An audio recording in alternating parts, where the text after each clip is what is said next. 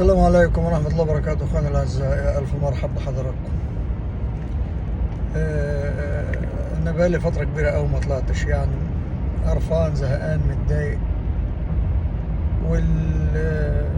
يعني الأمور مش مشجعة خالص، وأحداث كتيرة جدا الواحد ما يتكلمش عنها ولا حاجة. أنا بس يعني طالع النهاردة علشان أقول حاجة.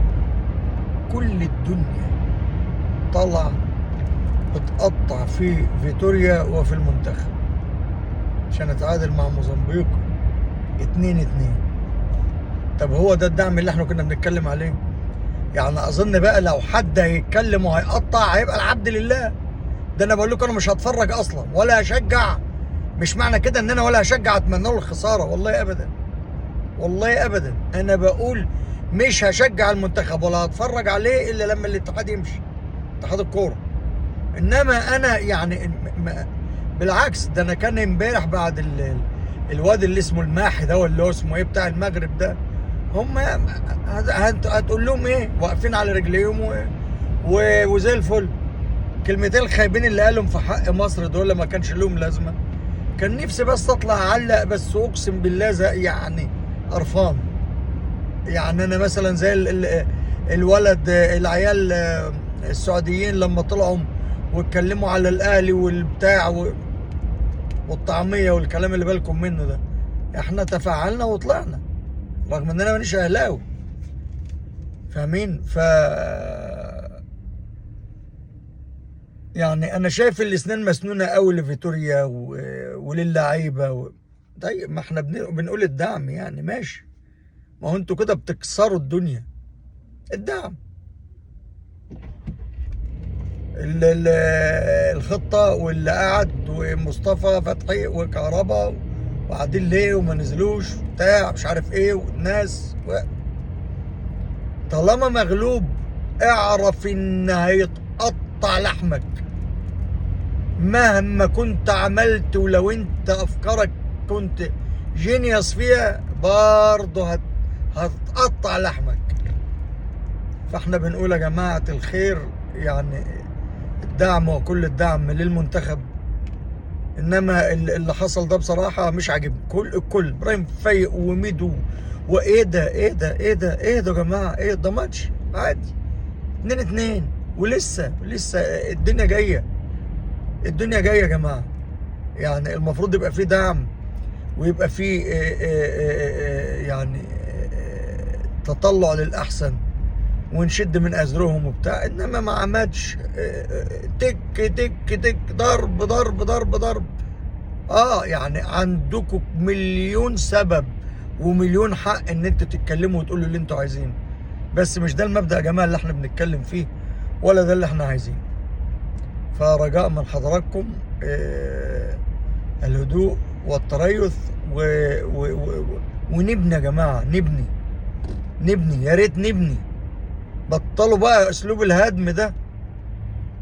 يعني ده احنا حتى على صعيد الفرق اللي احنا بنشجعها دايما نقول والدعم وكل الدعم وولادنا الرجاله دول. هنيجي بقى للمنتخب ونقول قطع واضرب؟ لا لا لا لا لا، مش اصول خالص. الهدوء الهدوء الهدوء والدعم لغايه ان شاء الله ما ما نشوف الدنيا هترسى على ايه. انما اقسم بالله العلي العظيم، اقسم بالله انا ما كنت هطلع. انا ما طلعت بس قال علشان اقول يا ناس اللي بيحصل ده مش اصول. فريق عادل ماشي، ما نقطعش ونفضل نهلل بقى ونكسر وندغدغ وفيتوريا واسوأ لا يا جماعه، يا جماعه اللي حصل وخلاص وانتهينا. ده بقى يعني اللي احنا اتعلمناه. حصل وانتهينا وخلصنا. نبص ان شاء الله للي جاي. فيهم ماتشين جايين، فربنا المستعان. يعني اظن بقول لكم لو حد عايز هيبقى انا اول واحد هطلع اقطع في لحمهم كلهم، لان انا مش عايز كلامي يكون فهم ان انا لا، بالعكس. اقسم بالله العلي العظيم تاني وتالت وعاشر ومليون. انا لما مع السنغال في تصفية كأس العالم وبطولة افريقيا في الاتنين فاينل اللي ما يعرفش في شهر ولا شهرين، انتوا ما متخيلين ولا تعرفهم. انا كانت حالتي زي انا كنت ماشي في امريكا يعني اعيط دموع ولادي والدنيا فيها بابا ايه اللي حصل. ف يعني يعرفوا ان مصر اتغلبت، ماشي طيب تعمل في نفسك ليه كده؟ عادي يعني؟ لا ما هوش عادي، هم مش فاهمين ان ده مش عادي. لا فالهدوء يا جماعة، وإن شاء الله اللي جاي أحسن. ويعني أنا ما زلت عند رأيي بعدم المتابعة، لأن أنا يعني وإن كنت يعني إيه الأمر صعب بصراحة، إنما لأن إحنا دخلنا في الجد والمفروض لما يبقى كان افريقيا وخلافه الواحد يعني هيلاقي فرصة فين ابدع من ده عشان يتفرج على منتخب مصر. انما بصراحة انا يعني واخد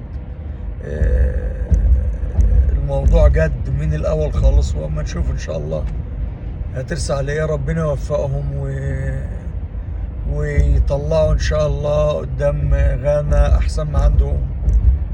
واحنا يعني يا جماعة احنا التاريخ كله يقول، او يعني فترات كتيرة جدا من تاريخنا الكروي يقول ان احنا ايام كتيرة جدا ما كناش في الفورمة وي وي وي وي وكسرنا الدنيا وكسرنا كل التوقعات. فان شاء الله ان شاء الله نأمل ان اللي جاي احسن وفي الخير ان شاء الله لمنتخب مصر ولاعبتنا ولادنا اللي احنا بنحبهم ايا كان. اقسم بالله اقسم بالله اقسم بالله احاسب على هذا اليمين، انا يعني زعلان جدا ان بتوع الاهلي اللي كان المفروض يلعبوا ما لعبوش. يا جماعه ده مصر، اهلي ايه وزمالك ايه وبتاع ايه والكلام ده خالص خالص، اقسم بالله خالص. احنا كل اللي يهمنا ان ما يطلعش واحد ابن 60 تيت من اي دولة ولا يتكلم ويقول كلام عبيط مالوش اي لازمة عن مصر. ما هو بيتكلم عن مصر رياضيا بقى، فنيا مهلبيا، هو بيتكلم عن مصر. طالما حط مصر في جملة مفيدة يبقى بقى تيت وتيت وتيت وتيت للصبح. فان شاء الله اللي جاي احسن، واشوفكم على خير. السلام عليكم.